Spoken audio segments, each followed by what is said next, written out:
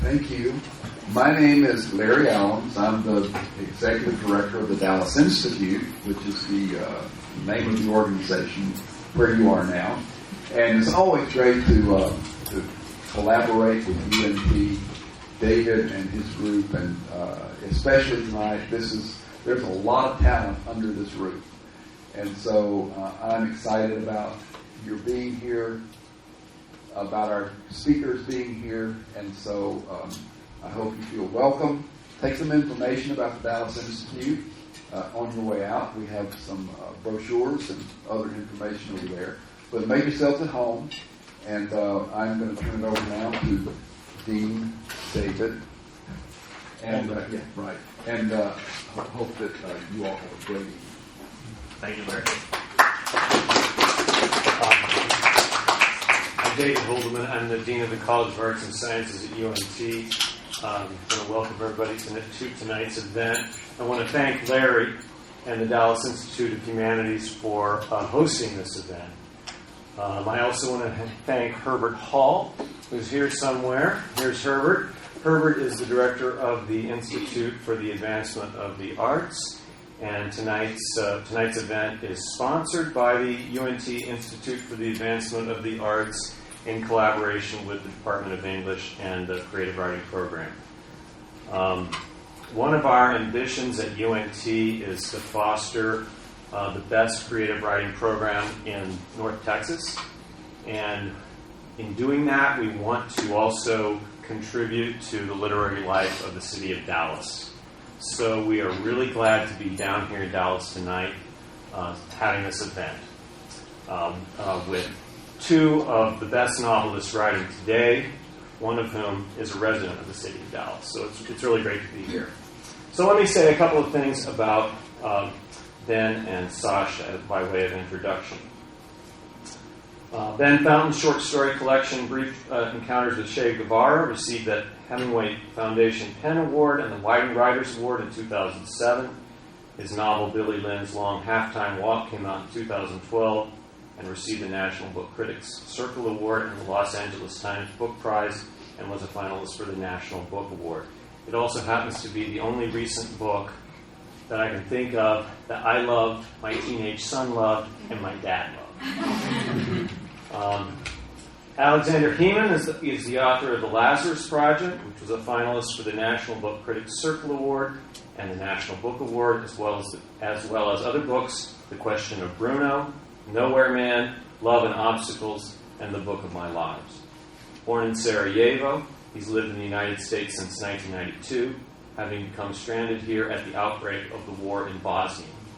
He's been the recipient of a Guggenheim Fellowship, a Genius Grant from the MacArthur Foundation, and a Jan Mikulski Prize for Literature, the Penn W.G. Sebald Award, and a 2012 USA Fellowship. He is also, we are proud to say, the 2014-15 Institute for the Advancement of the Arts Artist in Residence at the University of North Texas. So, I give you Ben Fountain in conversation with Sasha Hemon.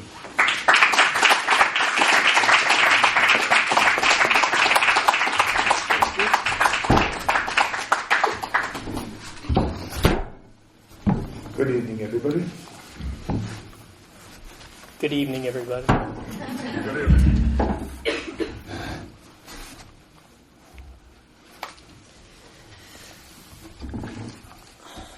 Hello, Ben. Hello, Sasha.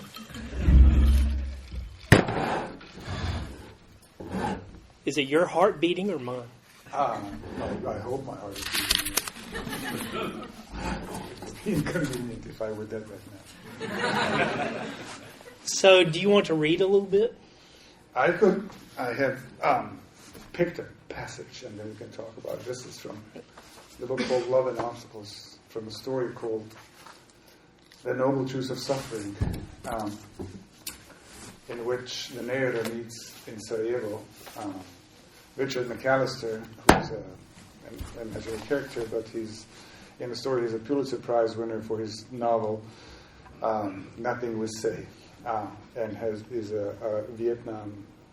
In his novels, he dealt with Vietnam, that experiences, and Vietnam experience, and then Vietnam So they go out drinking after a series of little mishaps, and this is toward the end of the story. The two of them are left alone. Other people had fallen off, and so they're drinking somewhere in Sarajevo. Or they're going to a restaurant in Sarajevo. A waiter who looked like a twin brother of one of the trainlobes, the servers at the party they were just at, came by, and I ordered a trainload of food, all varieties of overcooked meat and fried dough, and a bottle of wine, without asking Aleksandar what he would like. He was vegetarian and didn't drink, he said impassively, merely stating a fact. So you're Buddhist or something, I said. You don't step on ants and roaches, you don't swallow midges and such? He smiled. I had known Aleksandar for only a few hours, but I already knew he did not get angry. How can you write a book? How can you write a single goddamn sentence without getting angry, I wondered. How do you even wake up in the morning without getting angry? I get angry in my dreams, wake up furious. He merely shrugged at my questions. I drank more wine, and then some more, and whatever coherence I may have regained on our walk was quickly gone. I showered him with questions. Did he serve in Vietnam? How much of his work was autobiographical?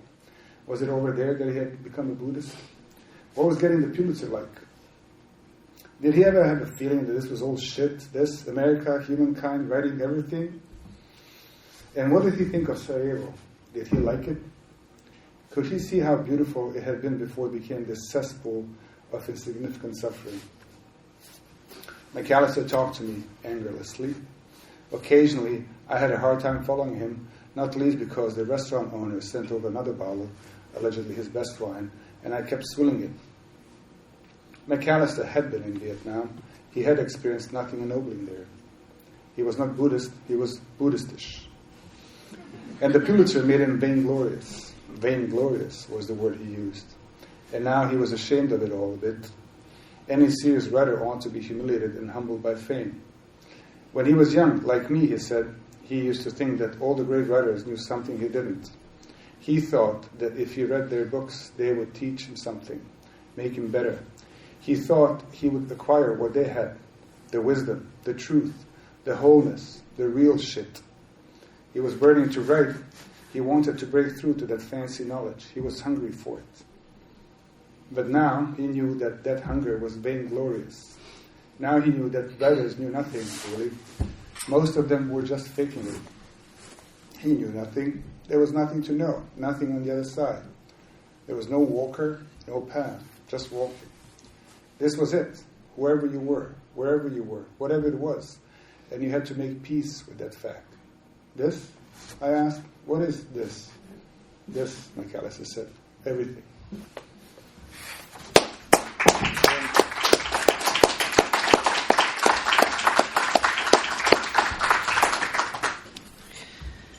What that means, I don't know. All right, so in one of his stories about the Hemon family, Sasha recounts this episode where, like, two sides of the family, they come together in this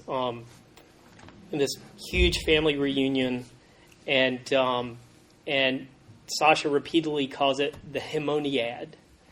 And so I've had a Hemoniad of my own the last 2 weeks, plowing through his books with a great deal of pleasure. And yesterday and today, I sort of worked myself into a frenzy. Like, there's all this stuff going on in my head because his writing contains worlds. And so how do you get your head around the whole world? So I'm not ignoring what you wrote, but like I had this nice like introduction and but actually I'm going to deviate from that. Also, just hearing what you had to say about anger. All right, I'm going to read a passage from the Book of My Lives, which is Sasha's most recent book, although you have a novel coming out in May called The Making of Zombie Wars. The Making of Zombie Wars. All right, and this is from an essay, the first essay of the book, Lives of Others.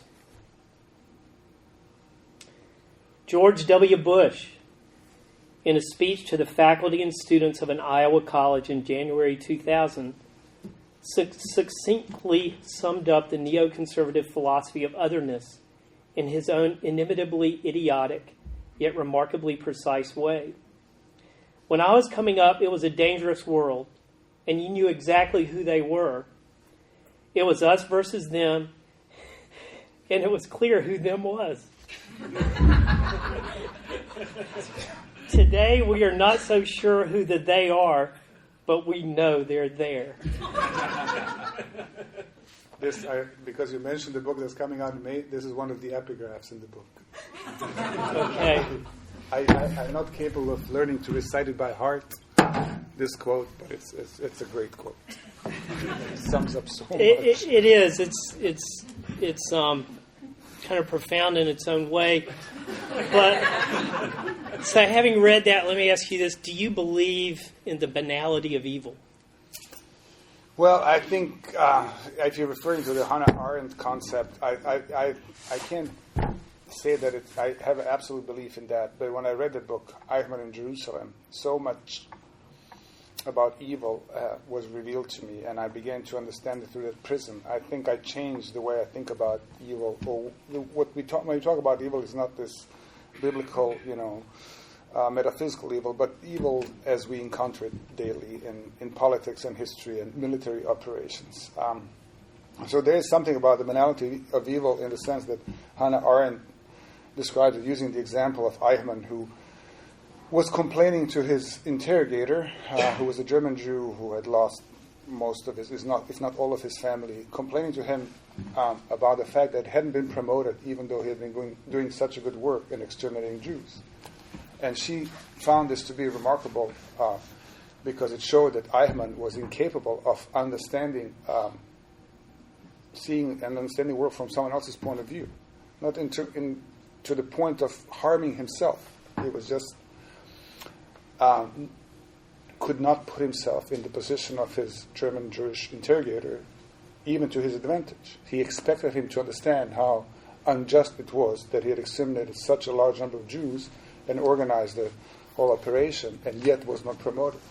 And in that sense, the banality of evil starts with that, or at least it's an important aspect in the operations of evil, is that discounting the point of view, the experience, the lives of others, which is necessary for erasing them as human beings so they could be exterminated as things, as it were.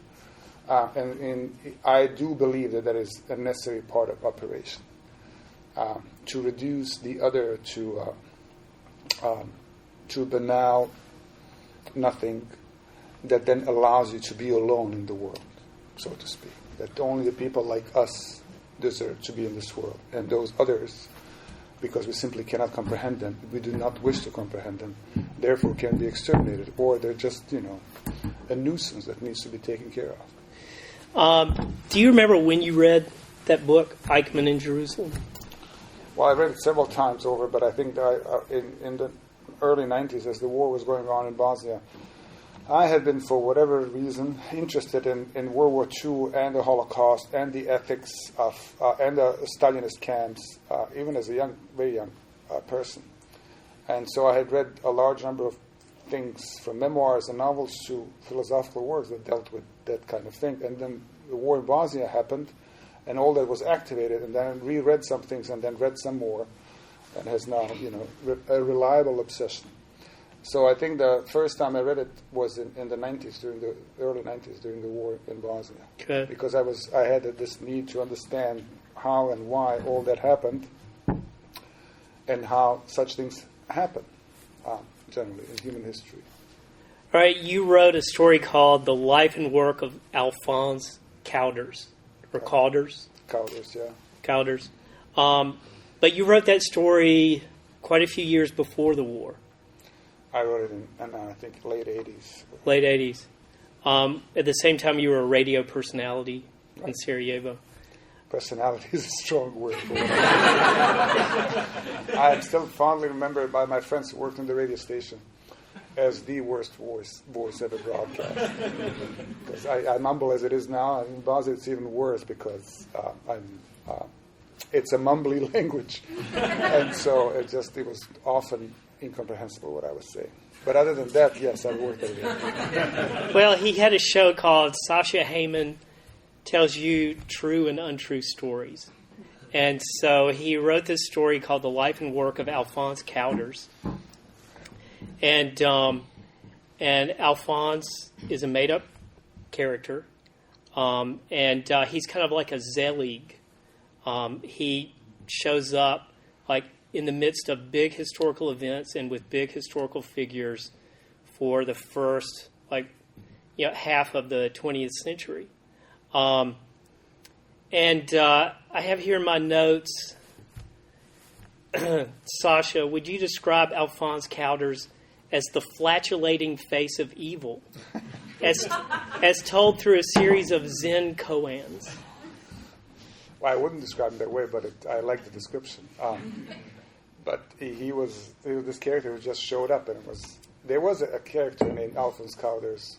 He had no relevance in history. I just like the name, but he compiled a forestry bibliography in 1948 in what was then Yugoslavia, and I thought to compile a bibliography means you have to collect things, and so he collected this thing through World War II, and they were taking Jews away next door, and people's throats were slit, and the whole thing was collapsing, and he was patiently collecting lists of books on forestry.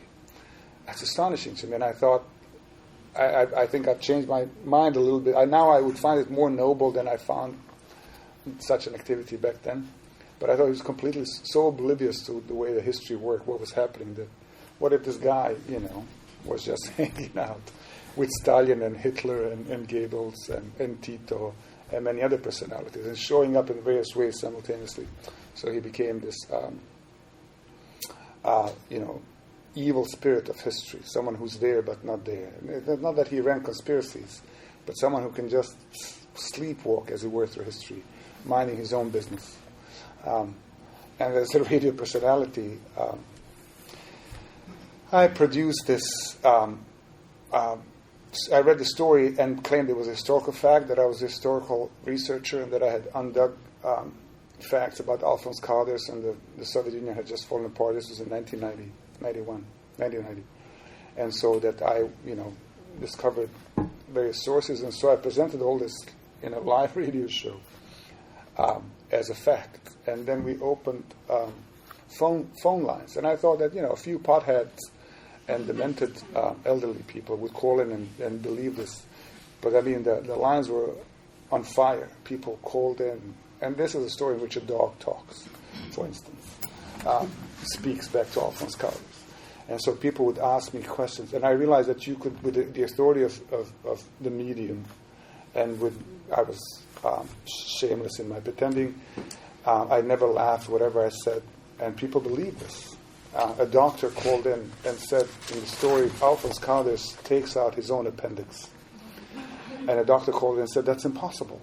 You cannot take out your own appendix. And I had never thought about that. Never crossed my mind to fact check that.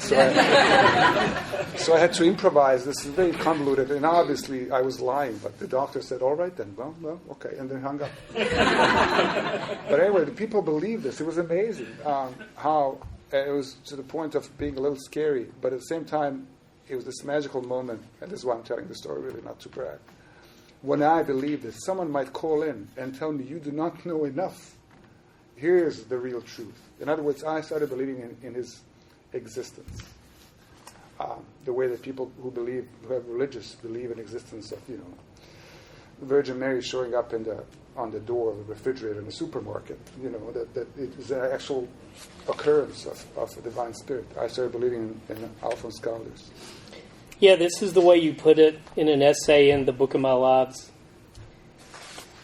It was an exhilarating moment when fantasy ruptured reality and overran it, much akin to the moment when the body rose from Dr. Frankenstein's surgical table and started choking him. And then a little bit farther down. The moment of his, Alphonse Cowders' existence was too short for me to determine whether he was a mirage, a consequence of reaching the critical mass of collective delusion. Perhaps he had appeared to me just to let me understand that I'd been irreversibly irradiated by his malevolent aura. What's really interesting to me is that you wrote this before the war broke out. And, I mean, you write a lot about war and what war does to people, the conduct of a war, what causes war, who perpetrates, the atrocities. But here it's almost like you're channeling the bad shit that's coming down the pike. And I don't know, I think and I mean, I don't want to give you a guilt complex, but it's almost like you conjure it.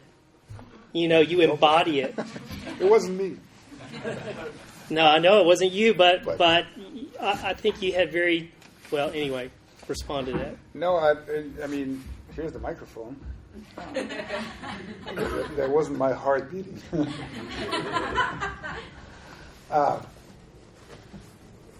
It wasn't the first war in Europe or in that part of the country. My parents were children when, during World War II.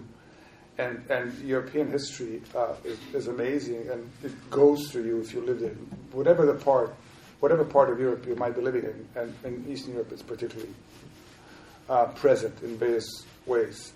And so when I was a kid, I was reading history books and reading books about World War II, but also it was there. You walk the streets, and in Sarajevo, here was the place where World War I started, because the Archduke was assassinated. There's another place where we know what happened, in World War II and so on. And everybody had a story.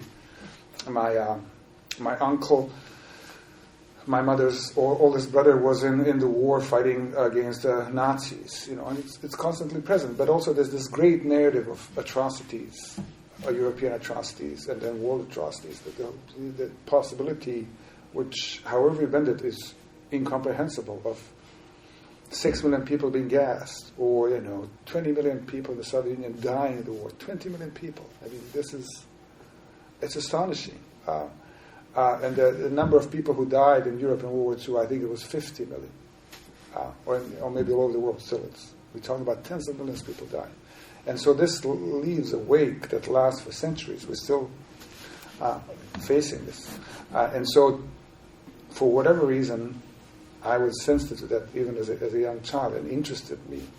And so I was reading about these things and was thinking about these things before war in Bosnia started. Hence Alphonse Caldas. And there were other involvements that I fell into in various ways. And then, when war in Bosnia happened, and so I was ready to, not to deal with it in a successful way, but I had tools to ask the questions. Mm-hmm. And those questions I still can't answer them, but they keep tormenting me.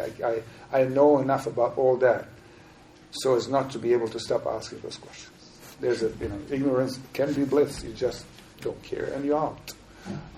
But I know enough already, so I can't get out. All right, one more thing about Alphonse Caldas, and then we'll move on. Every single historical figure who he encounters, Stalin, Goebbels, Gavrilo Princip, the man who assassinated the Archduke and the Archduchess and started World War I. Did I say Stalin already? Yeah. Anyway, all these great historical figures, they all comment on Alphonse Caldas' flatulence. And okay, you were kind of a kid when you wrote the story, and so fart jokes are funny, and yet, I'm wondering, well, what exactly is he getting at? And so I'm thinking, well, is there anything more banal than a fart? But also, it's emptiness. It's it's air that's coming from inside.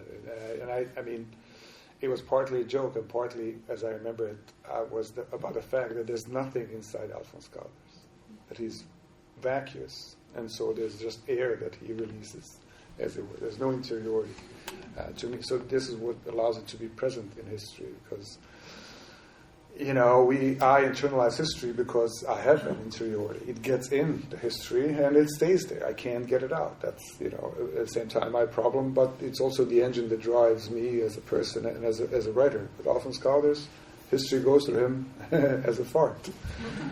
And so, yeah. That's the most profound explanation of a fart. See, not as banal as you thought. All right. Well, let's keep talking about war.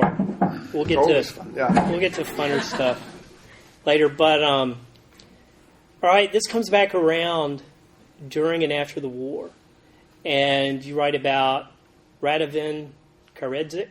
Karadzic, yeah. Karadzic. A lot of consonants, yes. Yeah, I'll call him Radovan. And the professor, the literature professor you had, who became Radovan's right-hand man. And let me read a little bit about what you have to say about Karadzic.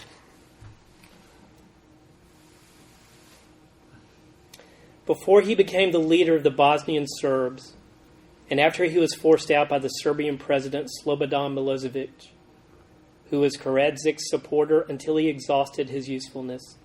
Karadzic was a prosaic nobody, a mediocre psychiatrist, a minor poet, and a petty embezzler before the war.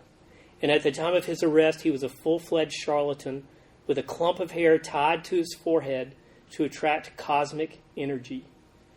It was only during the war, performing on a blood-soaked stage, that he could fully develop his inhuman potential. He was what he was because what could not happen did, in the end, happen. For Karadzic, his true and only home was the hell he created for others. So I'm thinking, all right, the banality of evil, but it's not banal if you're on the receiving end of it. Not, of course, but I think the notion of banality of evil points at the fact that it's not a kind of a cosmic mystery that comes from the banal sources, right? That it's not. You do not need a special. You don't need Satan. You don't need a conspiracy of evil people who are so, like vampires or zombies, or some kind of a, whatever sect is in the Dan Brown book, the Da Vinci Code, right? It just comes in that we all, to various extents, live banal lives, in the sense that not every act and thing we say is infused with meaning and importance.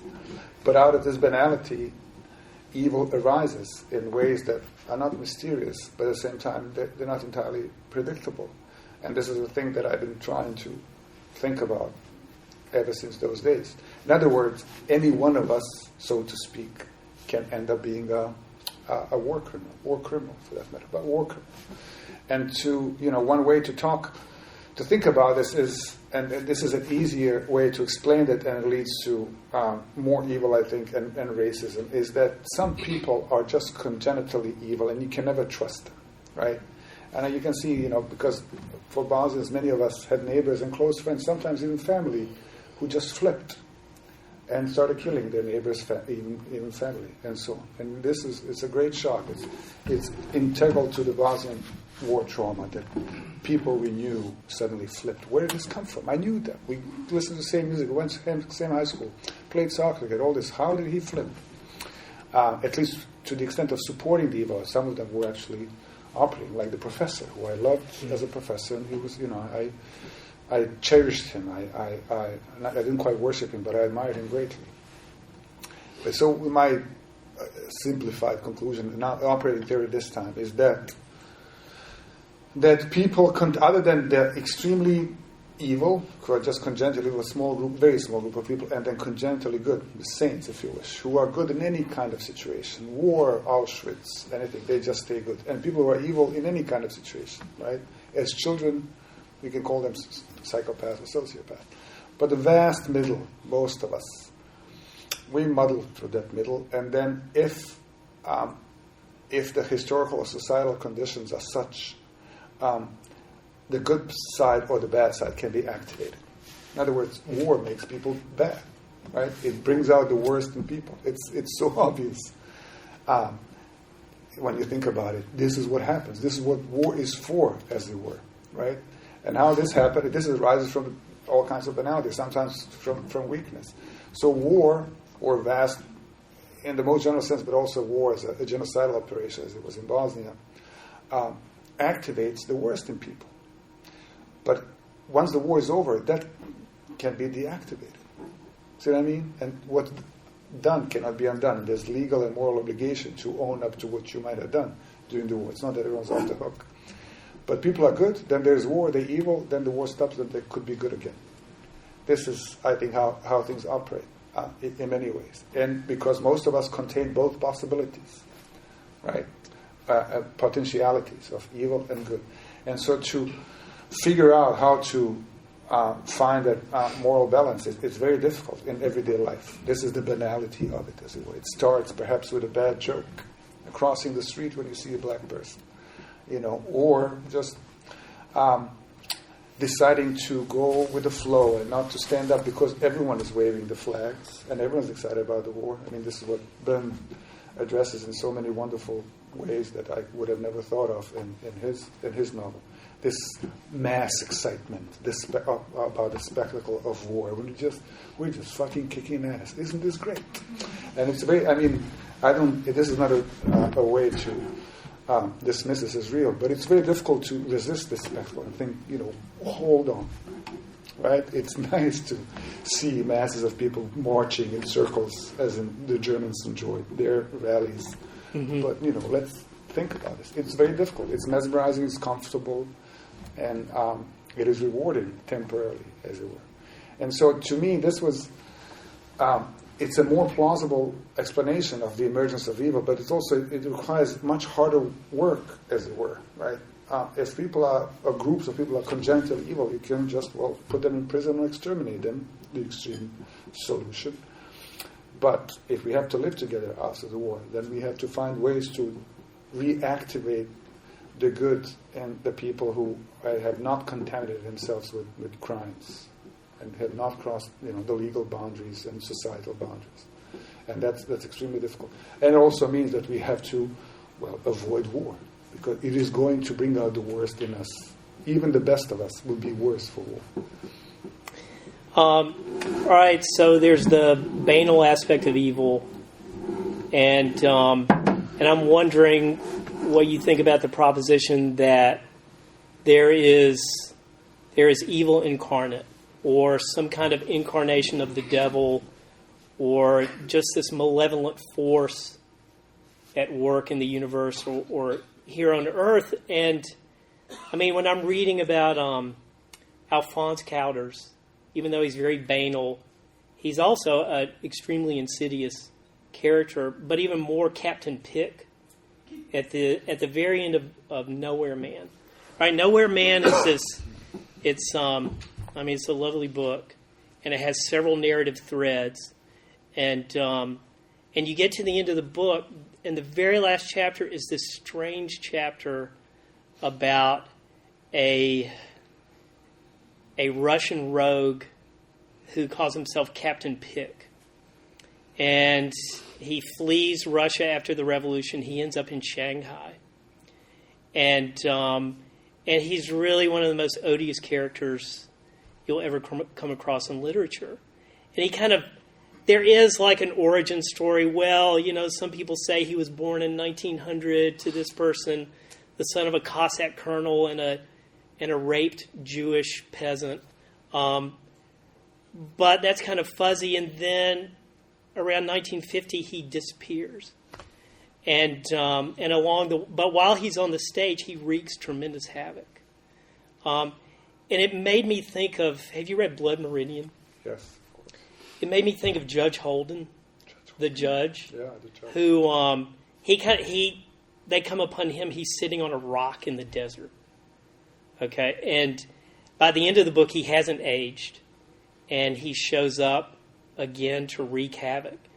And so I'm thinking, with Captain Pick, are we dealing with evil of a different degree or nature?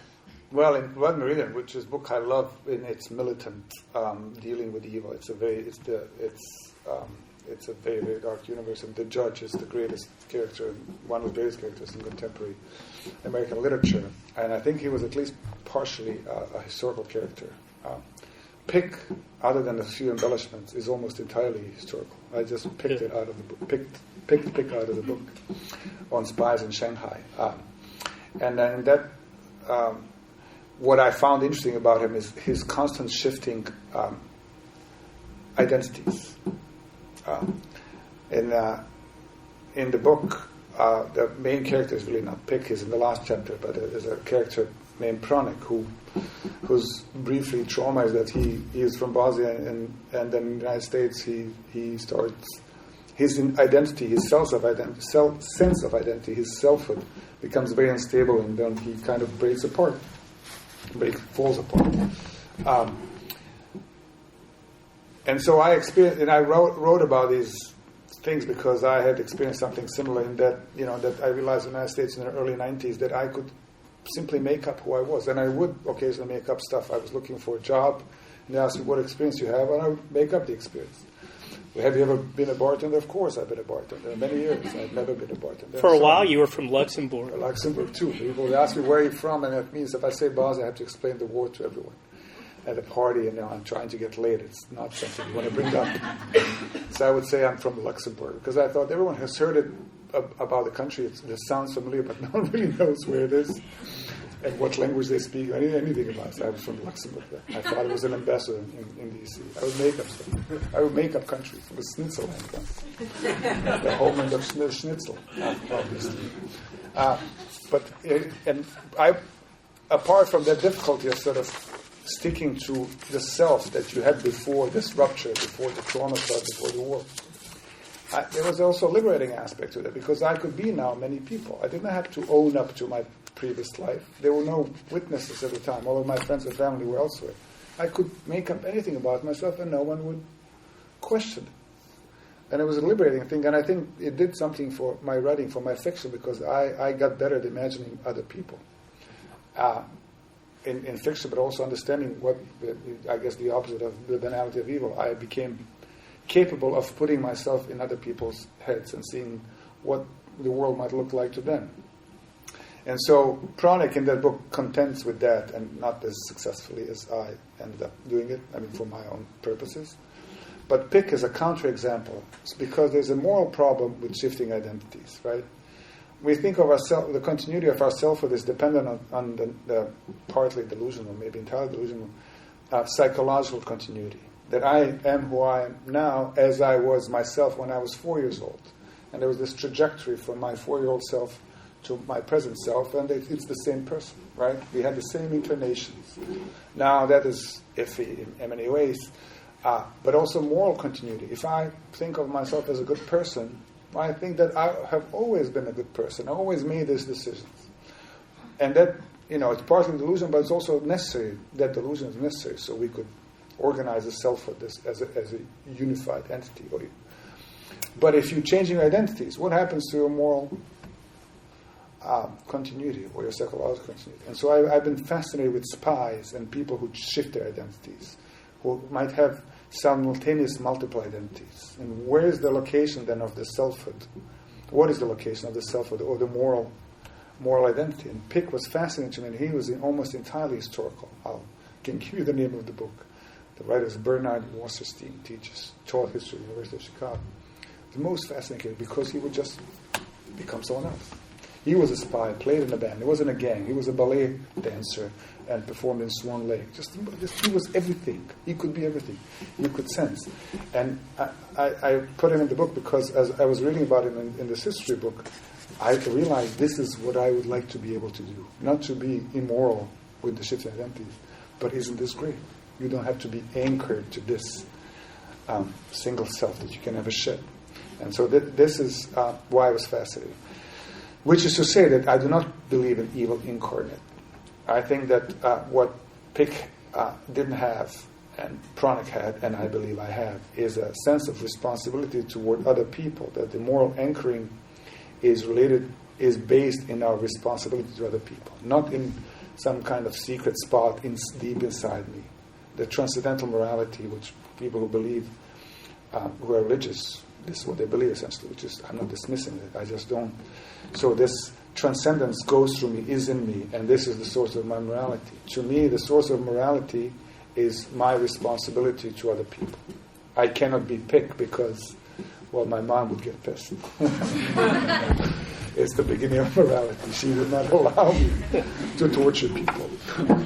in Schengen. So this is why I was fascinated by him. Right. In a lot of your writing, it seems like you and your characters are trying to get their heads around war. I mean, the overwhelming reality of it.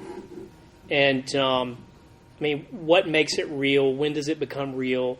Especially if you aren't directly involved in it. But even if you are directly involved, sometimes the reality of it is so overwhelming that people numb out or detach. I want to read a little passage where Pronik, the Bosnian refugee, is in Chicago, and he ends up living with a couple of young American guys, and they're watching the news, and so images of the War of Bosnia come on. "This is depressing," Carwin said. What's with you people?" Chad asked. "Can't you chill out?" "They just hate each other over there," Carwin said. "Are you going back?" Chad asked. "I'm supposed to fly back in a couple of weeks," Pronik said. "Why don't you stay here?" Chad asked. "What can I do?" Pronik said. "My family is there." "Man, I wish I'd never see my fucking family again," Carwin said, and wedged his hand furiously into his pants. "You should stay and get your family out and let those fuckers kill each other if they want," Chad said. Chad had an uncanny ability to bend his legs so much that he would effortlessly sit in the lotus position like an Indian sage while playing video football, his thumbs pressing the buttons with incredible speed. Fuck, war is good. If we didn't have war, there would be way too many people, man. It's like natural selection, like the free market. The best get on top, the shit sinks. I don't know about you, Rusky, and I don't like you, but if you got here, you must be worth something. It's like those immigrants, man. They were shit at home. They got here. They became fucking millionaires. That's why we're the toughest motherfucking country in the world, because only the fittest survive here. Right? How did you not go insane listening to conversations like that? Well, I think it might be too early to tell.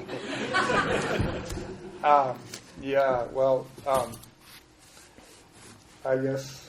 What is the question? How did you not go insane listening to conversations like that, and just the general addiveness or obliviousness of the people you were living with? Well, this is a particular young group of young men, and they're particularly oblivious in any country at any time. The young men, they reach their own levels of oblivion.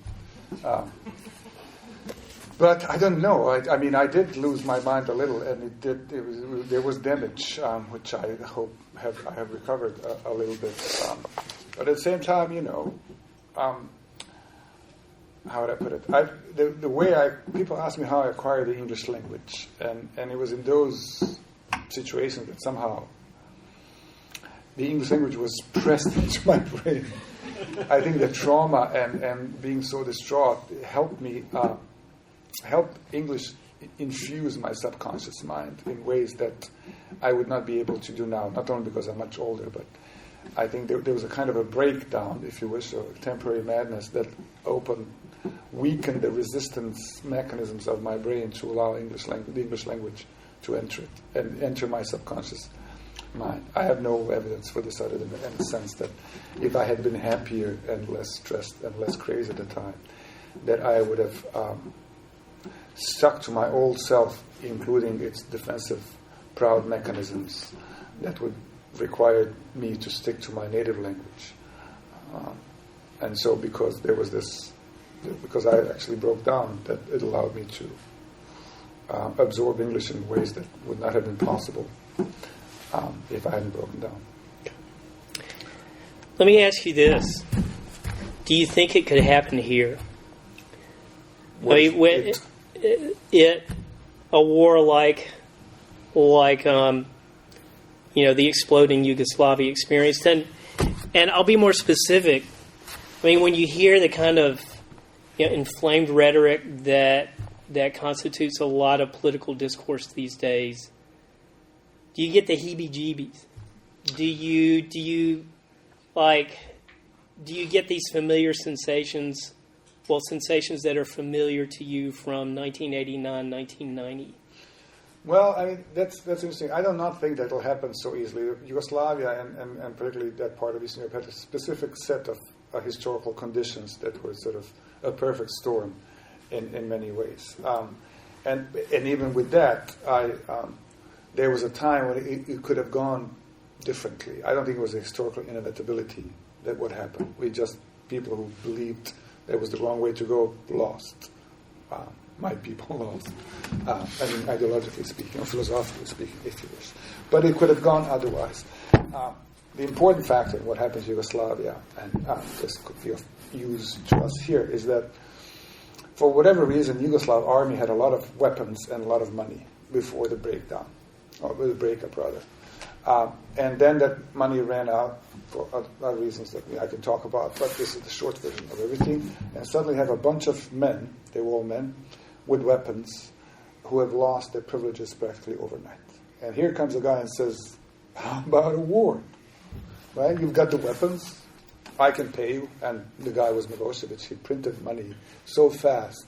To this day, they hold a world record in inflation. At one point, the daily inflation was 323% one day. And also, you can pillage and pilfer. And so he said, all right, we're in. Because the Yugoslav People's Army was predominantly, statistically, for whatever reason, Serb. So a large number of people just joined in. So it was not evil. It was not thousands of years of hatred. It was a very specific political, historical condition that allowed for this to happen. This is where we were beaten. We couldn't talk the army out of it, as it were. Not that we were, a unified group of people. What happens here, however, the rhetoric is insidious, but also there's counter-rhetoric, the people who speak differently. To my mind, I don't believe in incarnate evil, nor do I believe in historical inevitabilities. There is a group of people in this country who are very afraid to lose their privileges, right? As of now, they protect their privileges by way of propaganda and also various kinds of political or infrastructural control. Police, Fox News, whatever.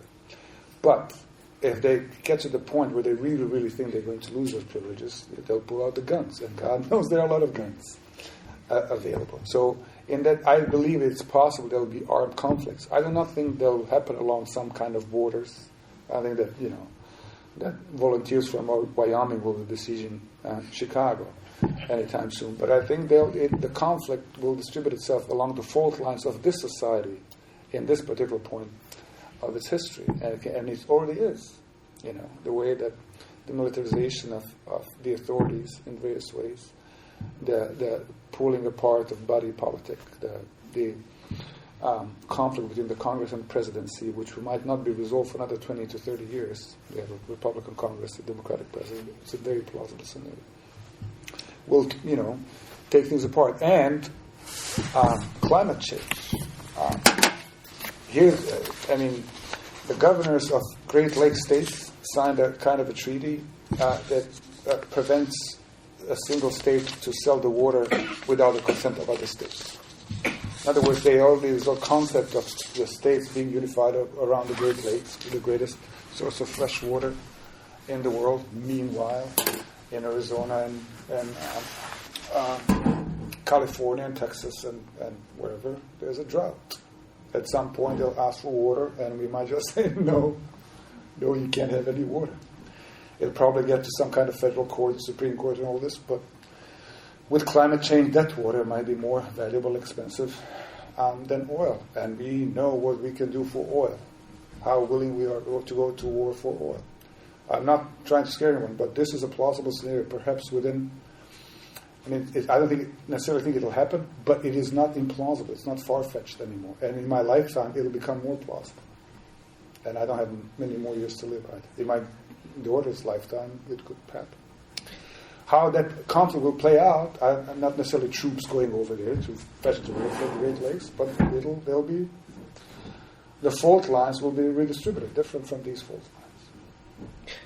Right, in your writing, you deal quite a bit with the life of the exile, obviously. And one thing that really struck me in Nowhere Man, when we're following the eye of the story, not Joseph Pronik, but almost the Aleksandar Hemon alter ego. And what struck me is, number one, that individual is extremely depressed. But number two, this individual is hyper alert, extremely attentive to what's going on around him, which is counterintuitive. I mean, my knowledge of depression is that it flattens and dulls everything out. And so it's this particularly intense condition that this person is operating in. Profound depression and yet hypersensitivity, hyper-alertness. Well, yes, I suppose. I guess clinically speaking, it would have been depression. But I suppose there are varieties of depression, including what we could call sorrow, or sadness. Because, obviously you can slip from sorrow and sadness into just chemical depression that needs addressing in a different way. But the way I remember such a state of mind, and my chronic is different from me in many ways, but it's close enough to me. It's like he's someone I could have been, or someone who could have been my best friend or brother, but not me. Very close, but not me.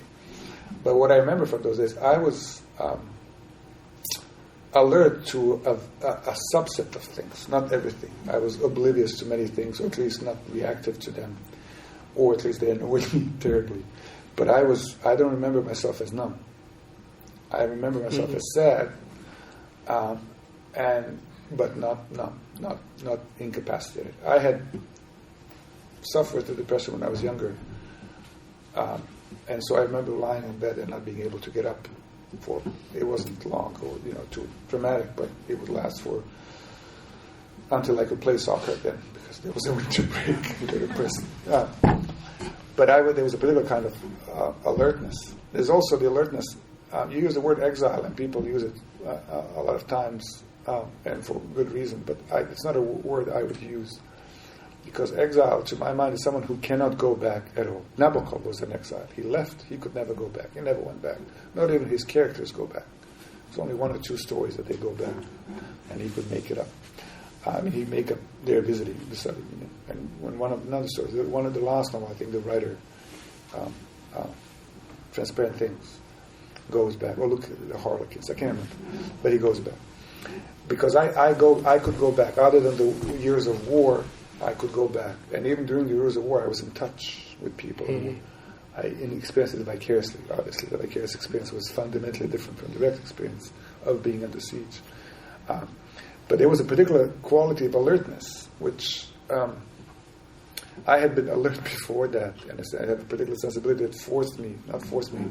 This is why I ended up being a writer, because there are all these things that I wanted to confirm as real through the act of writing. And so, this is what and also as you know, and I mean, Billy Lynn is this. What I love about is this alertness to everything that is going on. It's very hard to keep your eye on everything because it's a spectacle of the American sort. Everything is exploding. But writing increases your alertness. This is part of the pleasure. This is the high of writing. You start paying attention to things, in general, in particular. So that because I'm a writer, I pay attention to things because there's always a germ of a story or a detail is in everything I see or hear. Part of my brain is constantly operating in that mode, constantly collecting some kind of data that could be converted or used. I don't even have to think about it. But also when you're writing a particular story, which is why I write stories. I write not because I know things and I want to impart them to others, but because I don't know things and I have interest in them. And writing a story or writing a book is a way to figure out what it is, why this is interesting to me, what is it. I learn something. It becomes an experience of understanding that. And I don't mean full understanding, but just arriving at that so that I could formulate it to myself and others. And this increases alertness, in a sense. Or, if you talk about depression, the difference between depression and writing about depression. You know what I mean? That writing about depression, I would think, is in itself a symptom of alertness to your depression, if that is the word. And then also, once you focus on that, then all these details of the fringes start scintillating, and the world reconfigures itself around your focus, and then therefore it's transformed as an experience. And this is the high that I get from writing. Things make sense, but differently. Right, in the Lazarus Project, the eye of the book, and I think there's some autobiographical aspects, but the eye of the book at one point, he comments on the fact that he's kept by his wife, and he's a writer. For I was, kept by my wife. In my country, money has a man's face, but Mary was the serious wage earner in the family, and let me tell you, neurosurgeons make a lot of money. I contributed to the marital budget symbolically, the lousy English teaching pay until I got fired, plus not much per column. A beautiful grant took shape in my mind, a glorious grant that would allow me to spare our marriage from the expenses and exertions of my research and scribbling. Right, this is something I have experience in. And I just want to, first of all, commiserate and also get your thoughts on whether this is a existentially perilous state of being. To be a writer in the United States who's kept by his wife. Well, I wish I could help you, but I was never kept by my wife. I'll commiserate still, though. I made that part up, and my wife was never a neurosurgeon. To this day, my wife, I was married twice. They asked my first wife if she was a neurosurgeon, and then my second wife. And neither of them was a neurosurgeon. I just like the idea of someone who is dealing with the mind manually, to be married to Brick, who does everything in his mind, but nothing manually. He can't get anything done, really. It is difficult for writers in this country, even the successful ones, in so many ways. And if it wasn't for, teaching jobs, it would be nearly impossible to make it. Even with teaching jobs, it is difficult. And I think I don't know why exactly that is the case. It's just a capitalist economy. It's every man on his own, and woman, and God against all. But it requires, I was talking to someone about it today, but I sometimes start my teaching my classes by telling my students, you don't have to write. The world is not waiting for the next book, or my next book, or your next book. If it's not written, some people will ask questions for a little while, and then, the hole will close, and everything will continue as it is. There will be no absence felt for the books I'm writing. Which is to say that the only reason to write is because one has this inner drive and need to engage with the world by way of writing. That's the only legitimate reason. Everything else is bonus. Yes, I love to get paid so I can keep doing it. If I had to work, it takes away from my writing time or my idling time, which is very important for writing. But I would do it anyway. I don't want to admit this to people who pay me for writing, but among us here, I would do it anyway. I would do it for free. And so I would do it under any conditions, in any financial arrangement. I would, without any problem, let my wife support me as of tomorrow morning and for the rest of my life, and I would not be troubled by it at all, in fact. Unless she's troubled, in which it would be a different kind of trouble. Let's take a couple of questions. By the way, I just want to say this, in Denton, at the UNT on the square, in a little gallery in the main square of Denton, there's an exhibit of pictures from the Lazarus Project, because the book includes photos that my friend took for the book, and then some historical photos.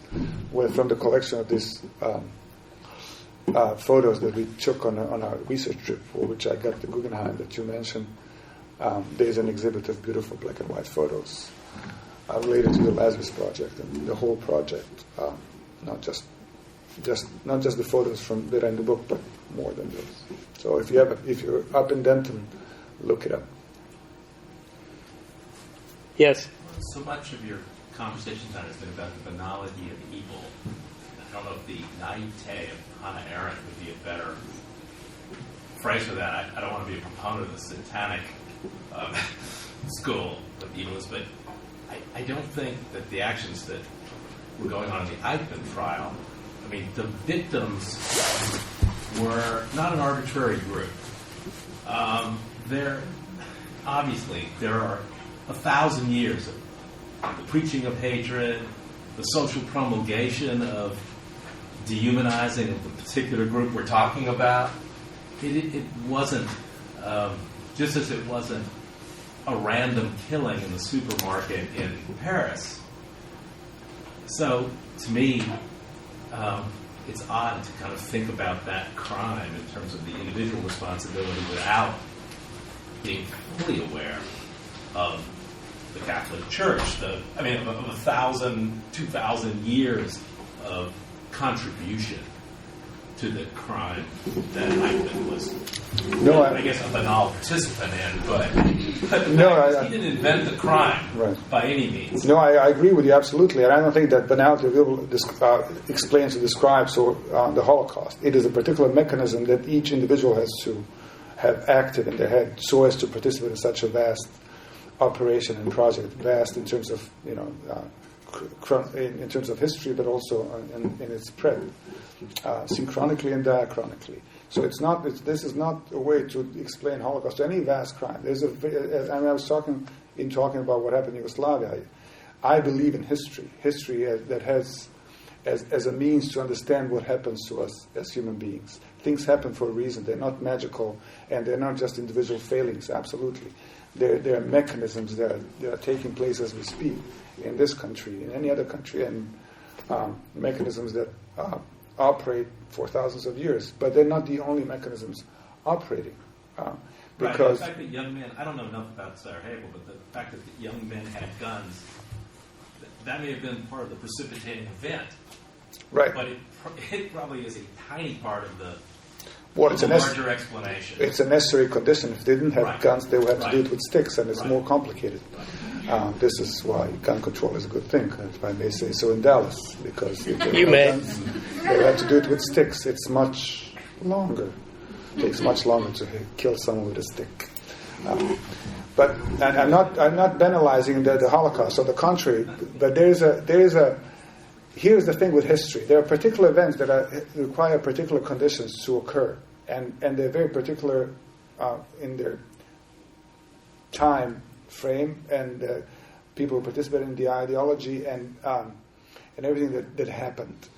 But at the same time, there are these commonalities that we recognize as human, that is as happening to other humans. So there's a vast difference between Stalinist camps and Auschwitz, or the Nazi camps. At the same time, something happened to human beings in those camps that is not so dramatically different.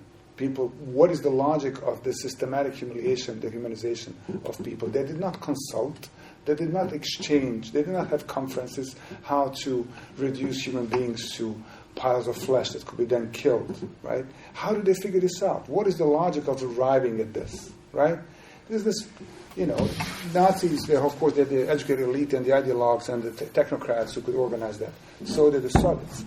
But at the same time, and in Bosnia too, this was not a savage war in the Balkans, or let alone World War II. This required technocrats, intellectuals, ideologues, a well-trained army, and so on, right? It's a technology. Genocide is a technology. A vast crime is a technology. Nevertheless, within this technology, there was a guy who was my best friend. How did he get there? Why didn't I get there? See what I mean? So what is it that pushed him toward that? And one starts looking for some logic in this. How did a decent Russian person join the Stalinist secret police? Someone who was potentially decent, at least. How did someone as banal as Eichmann, who before it all started happening and before the Nazis came to power, or Karadzic, was, not a moral example of any kind, but he was not a killer, a mass killer. How did they get to that point? This, to me, is interesting in terms of history, certainly in terms of literature, but it's also, it's important in the sense that if you want to stop these things from happening, how do we stop that?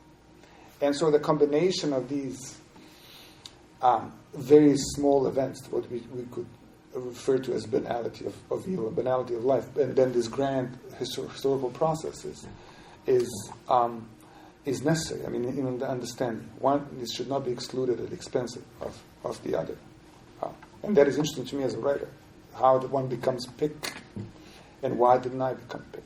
Because I feared that I could. Why didn't I? I had to make moral choices, but based on what? How do you make those moral choices? If there's transcendence, if there's a Catholic Church that presumably is teaching you how to make those moral choices, but then again, it fully participates in the extermination of European Jewry. That's a complicated thing. So I felt compelled, I still do feel compelled to make my own moral choices, but not alone. And so who do you align yourself with? Where do we find each other?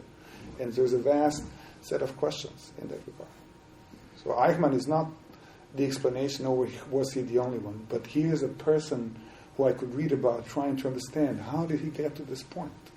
And I don't think it's a full explanation, banality or anything that I might be saying, but it's a way into the position of the other, not so that I could empathize with him, but so that I can understand how can a person who I do not think is fundamentally different from me, or at least did not start fundamentally different from me, become that, and I'm not, and I do not want to be.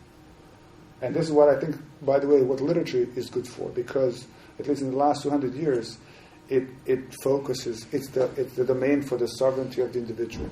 We have to pay attention to people who would be a number, in a concentration camp, or a number in some kind of statistic. They do not have that kind of individual sovereignty in historical practices. What Stalin said, the death of a person is a tragedy, the death of millions is a statistic. One more question. Yes? You said that the war in Bosnia, it's not a historical inevitability, and I think a lot of Americans it's easy for Americans to frame foreign wars as historical inevitability. So I have two questions, really. One, do you think that's a particularly American frame of mind, to frame war as something that must happen, it's inevitable if it's somewhere else? And then also, what did you mean when you said it's not my people who wanted the war. It could have gone a different way. So did you mean intellectuals? Did you mean people who were educated? Well, yeah, I mean people of particular political sensibility and persuasions, so to speak. People who deplored nationalism, who did not believe in these millennial conflicts that had to be resolved. These are peaceful people. Well, yes. I mean, I'm not against conflict, but I'm against war as a means of resolution. Political fighting is fine by me. That's what democracy is, arguing in various ways and asserting your point of view with, not wanting the other point of view to disappear, but rather to be subsumed. But here's the millennial thing. There are two. I don't think it's an American thing. Regarding war in Bosnia and then Rwanda and many others, it's a way to get out of it. That is, if it's 1,000 years of hatred, what can we do? Right? No one can do anything about it. It has to be played out as it is. And that exactly plays into the hands of the nationalists and fascists, who also talk about it in terms of centuries of conflict that has to be resolved once and for all, the final solution. The Nazis framed the Holocaust as that. We have to end the domination, they said to the German people, of the Jewry, the world Jewry, the Bolsheviks, whatever, the elders of Zion, all that. It's the end of the 1,000-year conflict and the ascendance of the 1,000-year Reich. And so these millennial conflicts, they have to play them, they need centuries to play themselves out. That is always a symptom of some kind of fascist discourse. It is not the case. Wars are never older than, in a couple of decades in preparation. And the things, it was not a historical inevitability because there were ways to stop it. We just lost the fight. Because we were few, and there was this differentiating factor of guys with guns. I didn't have the guns. I hated the guns. And there's also differentiating factors in situations like that. Evil imagination exceeds the non-evil imagination.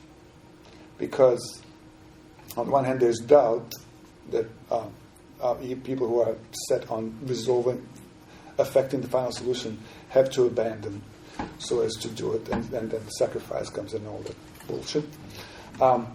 but also it is that with that doubt comes the possibility of a better outcome. So this doubt, in other words, has a positive aspect. You think maybe it'll turn out all right.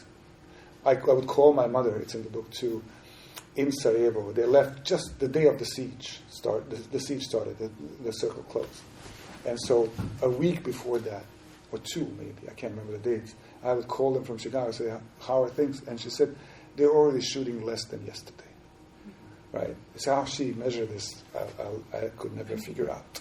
But she, in her desire not to accept the fact that her life as she knows it will be completely undone, is looking for the bright side, the hope, the audacity of hope, which is delusional in many ways. And so people who have a project they're working on, and a military genocidal political project, they are not wishy-washy, right? They already know what they're doing. But with the rest of us, we can't believe they're doing this. It's hard to believe. They can't believe that. People who were inside the Holocaust could not comprehend the magnitude of it because they could not see outside of it. They didn't have a position outside of it. Whereas those who organized it, they did comprehend. They organized the goddamn thing, right? There's a famous calculation from the meeting in Wannsee, where they all got together, decided, let's go with the final solution. They added the number of Jews in Europe and draw the line and how many. Right? They could see the magnitude of it. That was the point, the magnitude. And so if you are inside that magnitude, you cannot see it. So the sad fact is they see it better than us. As someone is organizing our genocide, they know how it works, whereas we don't. But on the other hand, there's wine after this. Right, there's wine and there's books for sale. Support your local bookstore, Wild Detectives. Dallas hasn't had a first-rate, frontline independent bookstore since 1993, and now we have one. So support Wild Detectives. Buy Sasha Hemon's books. He's a wonderful writer. And buy his new book when it comes out in May. Thank you very much for coming. Thank you.